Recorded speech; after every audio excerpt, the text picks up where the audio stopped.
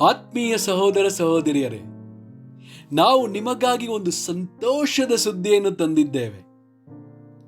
ಜನವರಿ 1ರಿಂದ 2025 ಸಂಪೂರ್ಣ ವರ್ಷಕ್ಕೆ 365 ಟಾಪಿಕ್ಸ್ಗಳನ್ನು ಹಂಚಿಕೊಳ್ಳುತ್ತೇವೆ. ಪ್ರತಿದಿನ ಒಂದು ಟಾಪಿಕ್ ಮತ್ತು ಅದಕ್ಕೆ ಸಂಬಂಧಿಸಿದ ವಚನಗಳನ್ನು ಹಂಚಿಕೊಳ್ಳುತ್ತೇವೆ. ಇದನ್ನು ಕೇಳಿ ಧ್ಯಾನಿಸಿ ಆಶೀರ್ವಾದ ಹೊಂದಬೇಕೆಂದು ಪ್ರೋತ್ಸಾಹಿಸುತ್ತೇನೆ. ದಯವಿಟ್ಟು ಸಬ್ಸ್ಕ್ರೈಬ್ ಮಾಡಿ ನಿಮ್ಮ ಸ್ನೇಹಿತರೊಂದಿಗೆ ಹಂಚಿಕೊಳ್ಳಿ.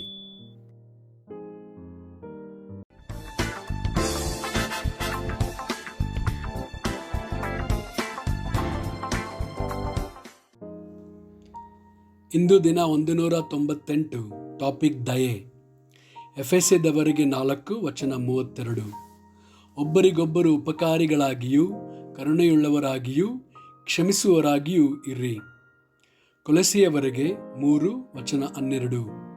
ಹೀಗಿರಲಾಗಿ ನೀವು ದೇವರಿಂದ ಆರಿಸಿಕೊಂಡವರು, ಪ್ರತಿಷ್ಠಿತರೂ ಪ್ರಿಯರೂ ಆಗಿರುವುದರಿಂದ ಕನಿಕರ, ದಯೆ, ದೀನಭಾವ, ಸಾತ್ವಿಕತ್ವ, ದೀರ್ಘಶಾಂತಿ ಎಂಬ ಸದ್ಗುಣಗಳನ್ನು ಧರಿಸಿಕೊಳ್ಳಿರಿ.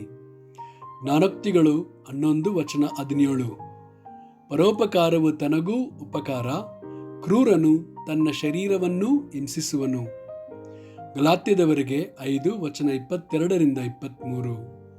ಆದರೆ ದೇವರಾತ್ಮನಿಂದ ಉಂಟಾಗುವ ಫಲವೇನೆಂದರೆ ಪ್ರೀತಿ, ಸಂತೋಷ, ಸಮಾಧಾನ, ದೀರ್ಘಶಾಂತಿ, ದಯೆ, ಉಪಕಾರ, ನಂಬಿಕೆ, ಸಾಧುತ್ವ, ಕ್ಷಮೆದಮೆ ಇಂಥವುಗಳೇ. ಇಂಥವುಗಳನ್ನು ಯಾವ ಧರ್ಮಶಾಸ್ತ್ರವೂ ಆಕ್ಷೇಪಿಸುವುದಿಲ್ಲ. ತೀತನಿಗೆ 3 ವಚನ 4ರಿಂದ 5.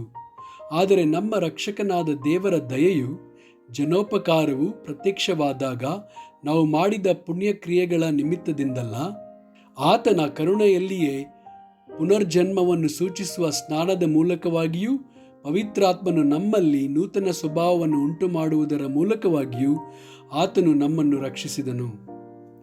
ಲೂಕ 6 ವಚನ 35. ನೀವಾದರೋ ನಿಮ್ಮ ವೈರಿಗಳನ್ನು ಪ್ರೀತಿಸಿ ಅವರಿಗೆ ಉಪಕಾರ ಮಾಡಿರಿ, ಧೈರ್ಯವನ್ನು ಬಿಡದೆ ಸಾಲ ಕೊಡಿರಿ. ಹೀಗೆ ಮಾಡಿದರೆ ನಿಮಗೆ ಬಹಳ ಫಲ ಸಿಕ್ಕುವುದು ಮತ್ತು ನೀವು ಪರಾತ್ಪರನ ಮಕ್ಕಳಾಗುವಿರಿ.